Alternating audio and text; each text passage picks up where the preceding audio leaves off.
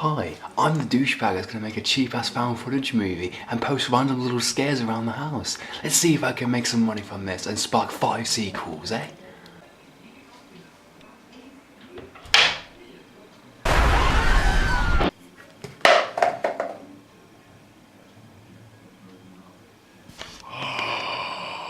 Now we all know what's scarier than invisible ghosts. Student finances!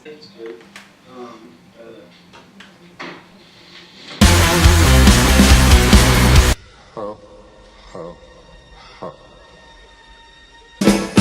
Time for parties and celebrations. People dancing all night long. Time for presents and exchanging kisses. Time for singing Christmas songs. Andrew Radio what and welcome to my review for Paranormal Activity. As some of you may know if you watch my Paranormal Activity 3 review, that's the spin-off movie that Mark Twain is coming out the 1st of January next week. I look forward to seeing that. Apparently it's meant to be very different from the other movies. According to early reviews, meant to redefine the actual franchise and taking it a brand new direction. I look forward to seeing if that's actually true or not, and I will be doing a review for that movie next week. But until then, I'm reviewing all the previous Paranormal Activity movies. I've done the third movie, and I've recently rewatched the first Paranormal Activity movie, and yeah, after a second watch, yeah, it still falls onto some of the same flaws that I had the first time around. But let's talk about Paranormal Activity.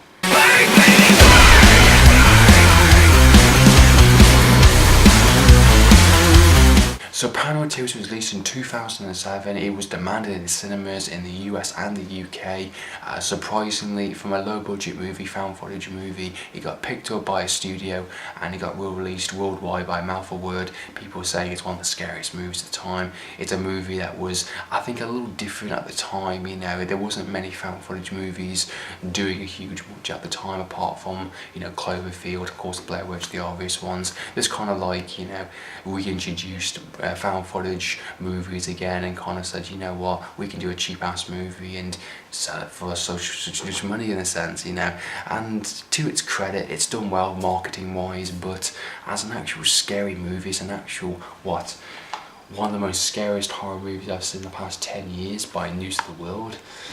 That's a little too far-fetched there, I think, perfectly honest. You know, it still has a lot of problems. You know, I watched it on DVD, I think the same year, if it was 2007 or maybe 2008, I don't know, whenever the DVD release was, and I wasn't massively impressed then, and I'm still not massively impressed now. You know, I will still buy my review. It is 2 scares that did actually scare me and make me jump. You know, I've always said that within the first movie. It's still the same case when I rewatched it again. I will say that I did enjoy the storyline a little bit more this time around, mainly for the connection with the third movie, being the fact the third one was a prequel. That was interesting. And yeah, I mean, the storyline for the movie basically is these couple are being haunted by this demon in a sense, and it's messing with them at night, and you know, they're trying to figure out how to get rid of it, and it's revealing, you know, something happened in the past and there's been past incident cases linking to that, and that's practically 84 minutes of that in a sense.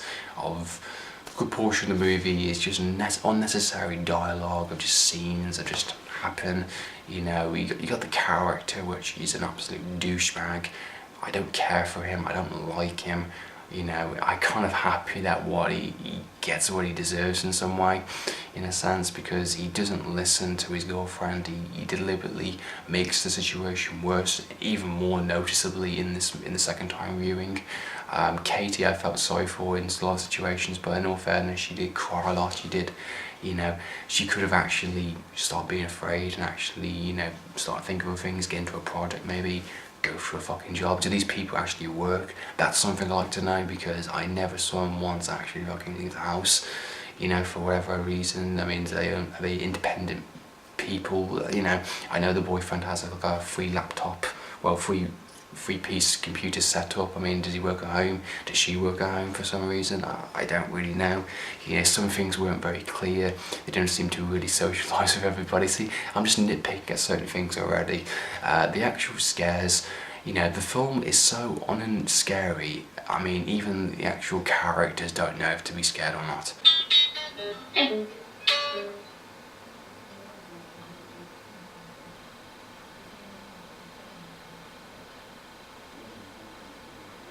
It's just the film is trying way too hard to scare you, the audience, and it comes off really pathetic in a lot of the scenes. I mean, I will admit some of the scenes pretty effective, okay?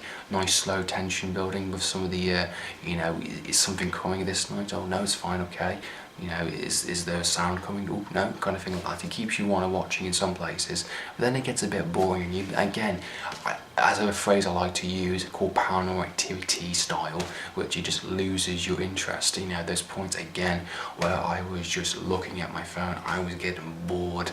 A lot of these scenes, some of the character scenes, I was getting bored at. The only thing that was making me kind of eyebrow in a sense, you know, rise in a sense, was the whole mythology. You know, looking into the background of other cases, and when she's talking about her incident when she was 8 years old and the whole house burning down, there's some past incidents kind of thing. That's interesting. I like that a little bit more this time around, linking into the third movie. But that's about it. I mean, the scares are not really that effective, apart from 2, which I jumped at, I will have to admit that. The ending I felt was okay. I mean, it makes more sense now with the third movie. I liked it a little bit more time around. So overall, Paranormal Activity doesn't live up to its kind of, you know, reputation within the second time viewing. Even the first time viewing wasn't that great. Apart from 2 jump scares that actually was pretty effective. Apart from a bit of a more interesting storyline linking into the actual third movie. But as a standalone movie, it doesn't actually hold my attention. The scares are very hit and miss in places. You know, it's trying too hard. The characters are very unlikable. Situations which, you know, I felt like I could have done better, in all fairness. Even the guy in the third movie, you know, did a much better job and reacted better as an actual person should have in the situation that he'd been given.